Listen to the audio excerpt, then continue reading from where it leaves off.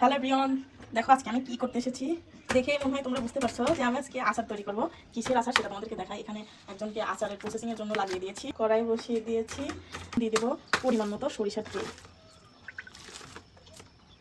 তেল গরম হয়ে যাওয়ার পরে দিয়ে দেবো 5 ফোড়ন। তেল পুরোটাই দিয়ে দিলাম, 250 গ্রাম তেল একবারে দিয়ে দিলাম।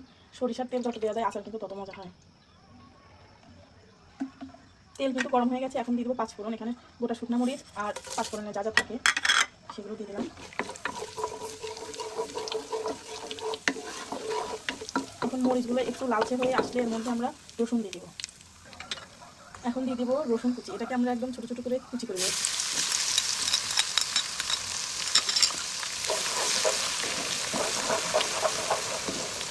রসুনগুলো একদম লালচে করে ভেজে নেব। মশলা তৈরি করে নিলাম, এখানে মরিচের গুঁড়া, হলুদের গুঁড়া, ধনিয়া গুঁড়া পরিমাণ মতো দিয়ে নিলাম। এখন দিয়ে দেবো গুঁড়া, এখানে ধনিয়া গুঁড়া, মরিচের গুঁড়া, হলুদের গুঁড়া একসাথে মিক্স করে নিচ্ছি। এখন এটাকে ভালোভাবে মিক্স করে নেবো। এখন এর মধ্যে চিনি দিয়ে দেবো পরিমাণ মতো। যেহেতু আমার এখানে 3.5 কেজি জলপাই আছে, এর জন্য চিনির পরিমাণটা একটু বেশি হবে।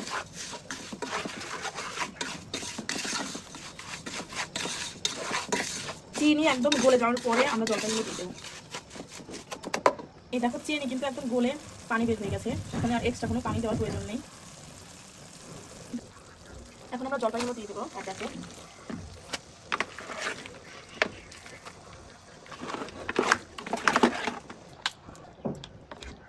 এখন মিক্স করার পালা।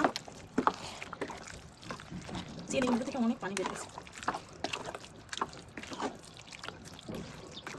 একদম কিন্তু শুকিয়ে ফেলবো আচারটাকে আমি। জলপাই আচার খেতে কে কে পছন্দ করো অবশ্যই কমেন্টে জানাবে।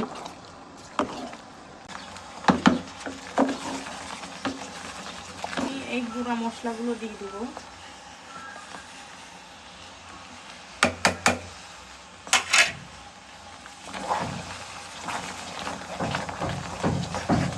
ভালোভাবে মিক্স করে দেবো। এটা দেওয়ার সঙ্গে সঙ্গে একটা সুন্দর স্মেল বের হবে।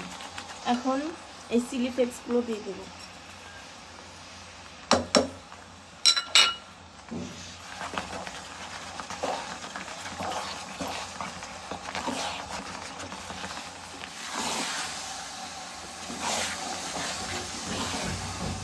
আমার আচার কিন্তু একদম হয়ে গেছে, এখন কিন্তু নামিয়ে নিতে পারবো।